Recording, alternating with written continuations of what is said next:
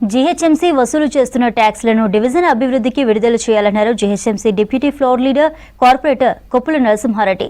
Mansoorabad, Hayathnagar, Nagole, BN Reddy సహా శివారు డివిజన్లలో 10 నెలల నుండి ఒక స్ట్రీట్ లైట్ కూడా రాలేదన్నారు. గత బీఆర్ఎస్ సర్కార్ ఎల్బీ నగర్ నుంచి ట్యాక్స్ వసూలు చేసి పాత బస్తీలకు నిధులు మళ్లించారని ఆరోపించారు. ఇప్పటికైనా తమ సమస్యలను పరిష్కరించాలని కోరారు.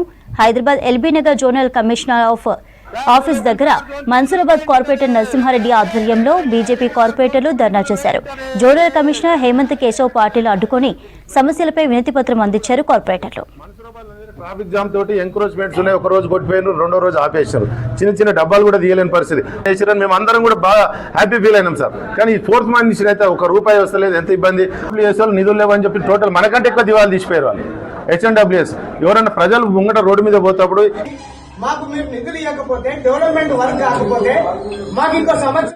ఎక్కడ చూసినా కూడా ట్యాక్సులు ఫుల్ ఉన్నాయి, అభివృద్ధి నిల్లు ఉన్నది. ఈరోజు ట్యాక్సులు కడుతున్నాం కదా, 50 కోట్లు కడుతున్నాం. అట్లీస్ట్ ఒక 10 కోట్లన్నా రివర్స్ వస్తే ఈరోజు డ్రైనేజ్ చేసుకోవడానికి, స్ట్రీట్ లైట్లు పెట్టుకోవడానికి, సీసీ రోడ్లు వేసుకోవడానికి, అనేక పార్కులు అభివృద్ధి చేసుకోవడానికి ఉంటాయి. కానీ అలాంటి పరిస్థితి మా ట్యాక్సులన్నీ కూడా ఓల్డ్ సిటీకి మళ్ళిస్తారు. ఇక్కడ ఓ దరిద్రం బీఆర్ఎస్ ప్రభుత్వం పోయింది. వాళ్ళు ఎట్లా జీహెచ్ఎంసీ అప్రపాలు చేశారు. వీళ్ళని వచ్చి ఉద్ధరిస్తారేమో అని చెప్తే వీళ్ళు కూడా పొద్దున్న లేస్తే ఓవైసీ బ్రదర్స్ మొక్కడానికి వాళ్ళని అనుసంధానం చేసుకోవాలని తప్ప ఒక్కనాడు కూడా ఈ సమీక్షలు పెడతలేరు. ఈ కాంగ్రెస్ ప్రభుత్వం వచ్చినాక 2 మీటింగ్లు అయినాయి. ఒకటి బైకాట్ చేసుకొని బీఆర్ఎస్ వాళ్ళు వేరు, ఒక మీటింగ్ లో చర్చలే లేవు, ఇంకో మీటింగ్ పెట్టే పరిస్థితి లేరు. ఈ రోజు కూడా ఇక్కడ మీటింగ్లు పెట్టమని చెప్తే ఈ రోజు ఆర్డర్స్ లేవు అని చెప్పేసి జోనల్ కమిషనర్ గారు చెప్తారు. జోనల్ కమిషనర్ గారు వారం రోజులలో ఎల్బీనగర్ ప్రత్యేక నిధులు తీసుకురాకపోతే ఇక్కడి నుంచి కదిలేదు ఉండదు, ఈ సంగతి ఎంతో చూస్తామని చెప్పి గట్టి వార్నింగ్ వేయడం జరిగింది. భారతీయ జనతా పార్టీ కార్పొరేటర్లు ఉంటే ట్యాక్స్ కడతలేదు. 100% ఇలా ట్యాక్స్ కడుతున్నది.